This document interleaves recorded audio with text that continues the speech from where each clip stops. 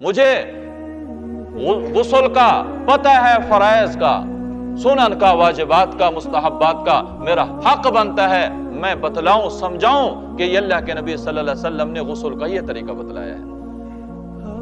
اگر ایک بندے کو وضو کا طریقہ نہیں آتا، جس کو وضو کے طریقے کا پتہ ہے، اس کا حق بنتا ہے فرمایا دوسرے مسلمان بھائی کو سمجھائے، بتلائے کہ اللہ کے نبی صلی اللہ علیہ وسلم نے اس طرح وضو فرمایا ہے۔ اب یہ کیسے ممکن ہے؟ ایک بندے کو کلمہ آتا ہے، دوسرے کو آتا نہیں۔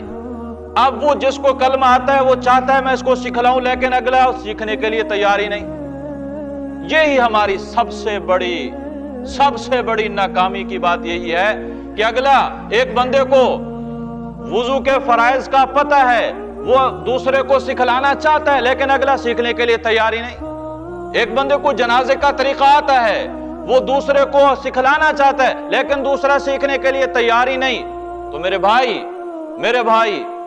بھائی جتنا علم جس کے پاس ہے فرمایا دوسروں تک پہنچاؤ، اور دوسرے کا حق بنتا ہے جس کو پتہ نہیں وہ خود سیکھنے کی کوشش کرے۔ اللہ کے نبی صلی اللہ علیہ وسلم نے فرمایا جو اس نیت سے زندگی گزار جائے کہ میں نے ساری زندگی دین سیکھنا ہے، فرمایا طالب علم ذہن بنا کے ساری زندگی گزار لے، فرمایا اللہ اس کو قیامت کے دن نبیوں کی کرسیوں کے برابر پیچھے جو کرسیاں ہوں گی اللہ طالب علم کو عطا فرمائیں گے، جو دین کے لیے تڑپتے رہے، دین کی طلب رکھتے تھے، جن کے دل میں دین حاصل کرنے کی کوشش تھی، فرمایا اللہ مرنے کے بعد نبیوں کے بعد ان طالب علموں کو مرتبہ عطا فرمائیں گے۔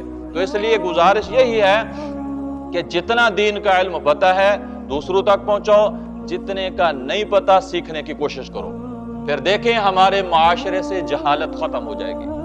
جہالت کو حل کرنے کا ایک ہی طریقہ ہے، بالکل ایک طریقہ، بچوں کو سکھاؤ، گھر والوں کو سکھاؤ، بچیوں کو سکھاؤ، اگر کوئی دوست ہے اس کو سکھاؤ، ہاں اگر مجھے نہیں پتا میں جا کے سیکھوں، پوچھوں، اس طرح دین آئے گا۔ اگر چپ کر کے گنگے بن کے رہ گئے، بھئی مجھے سب پتا ہے یا میں کیوں سیکھوں، بھائی شرم محسوس کی، دین سیکھنے میں شرم محسوس نہ کرنا، دین سیکھنے میں شرم محسوس نہ کرنا، فرمایا دین سیکھو، جہاں سے ملتا ہے دین کو سیکھو۔ اللہ مجھے اور آپ کو دین کو سیکھنے کی اور اس کو سمجھنے کی اور اللہ عمل کی توفیق عطا فرمائے۔ آمین وآخر دعوانا الحمدللہ رب العالمین۔